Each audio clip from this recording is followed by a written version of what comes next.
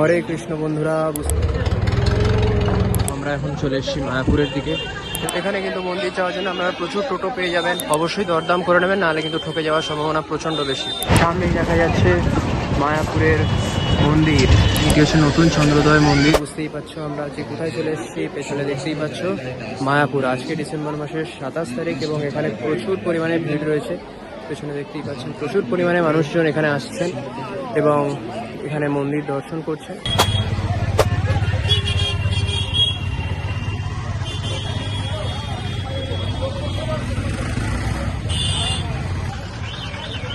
সরবগঞ্জ থেকে মায়াপুর যাওয়ার জন্য যে ঘাটটি ব্যবহার করা হয় সেটা হচ্ছে হুলোর ঘাট।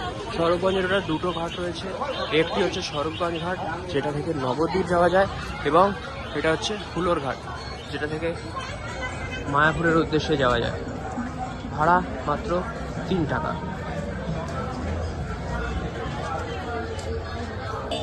দেখুন এখানেও লেখা রয়েছে মায়াপুর যাইবে।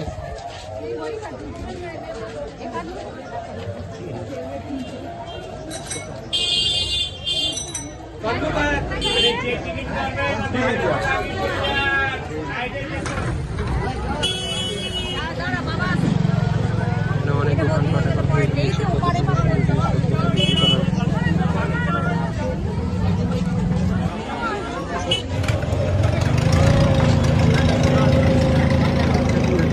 সরবগঞ্জ হুলোর ঘাট, এটি থেকে মায়াপুরের উদ্দেশ্যে আমরা ফেরি ধরে থাকি। ভাড়া মাত্র 3 টাকা, সময় লাগবে 1 থেকে 2 মিনিট।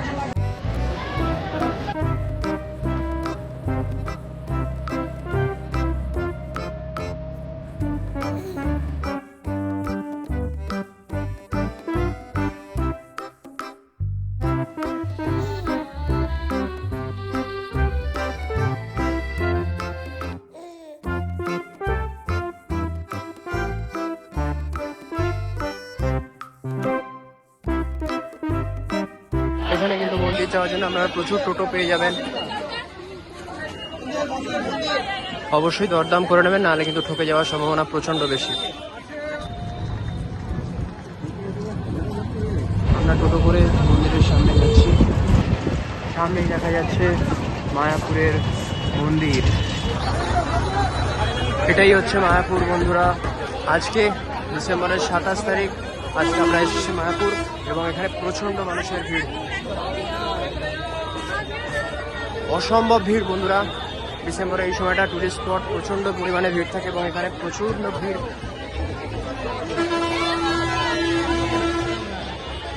পুরো সারাদিনের সময়সূচি এখানে কিন্তু মেনশন করে দেওয়া রয়েছে।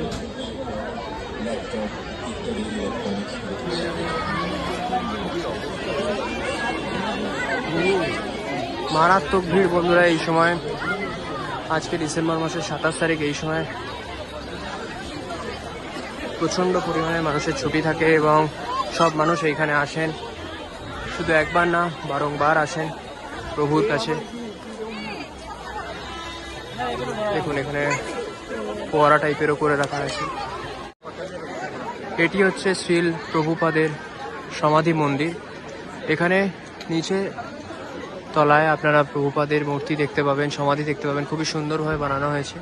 এবং ওপরের তলাটিকে আপনারা এই সমস্ত জায়গাগুলিতে প্রভুপাদের মিউজিয়াম রয়েছে, তার সমস্ত কাহিনী ওখানে ব্যক্ত করা হয়েছে। আপনারা অবশ্যই এইটিকে দেখতে পারেন, একদম সামনেই ঢোকার পরেই আপনারা এটিকে দেখতে পাবেন। অবশ্যই কিন্তু একবার আপনারা আসলে ঘুরে যাবেন।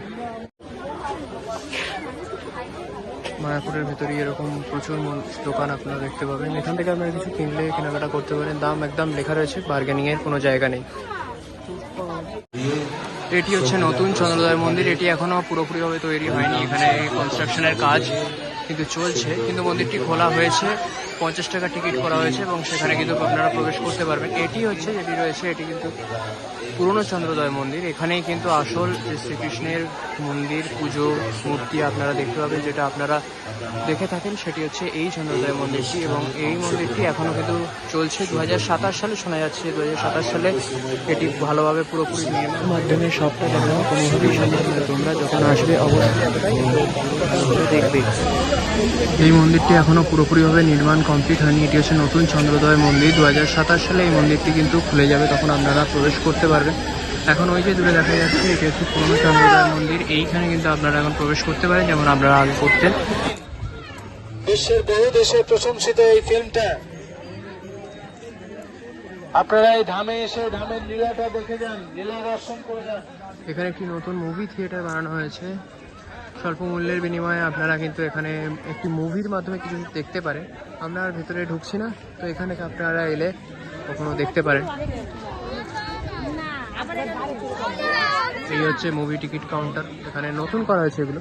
সময় সকাল 10টা থেকে বিকেল 8টা অবধি। কি সুন্দর রঙ্গোলি রাস্তায় তৈরি করা হচ্ছে, দেখো বন্ধুরা।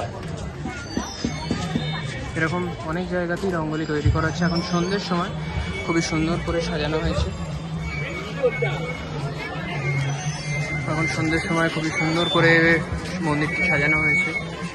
একটু পরে এখানে আলো জ্বালিয়ে দেওয়া হবে, তো খুবই সুন্দর দেখায়। সন্ধ্যের সময়টা খুবই মনোরম দৃশ্য হয়ে থাকে এখানে। ভিডিওতে সমস্ত কিছু দেখালাম না, পরবর্তী ভিডিওতে গোশালা এবং আরও মায়াপুরের নগর কীর্তনের ভিডিও কিন্তু আমি দিয়ে দেবো, তোমরা ওখান থেকে দেখতে পারো।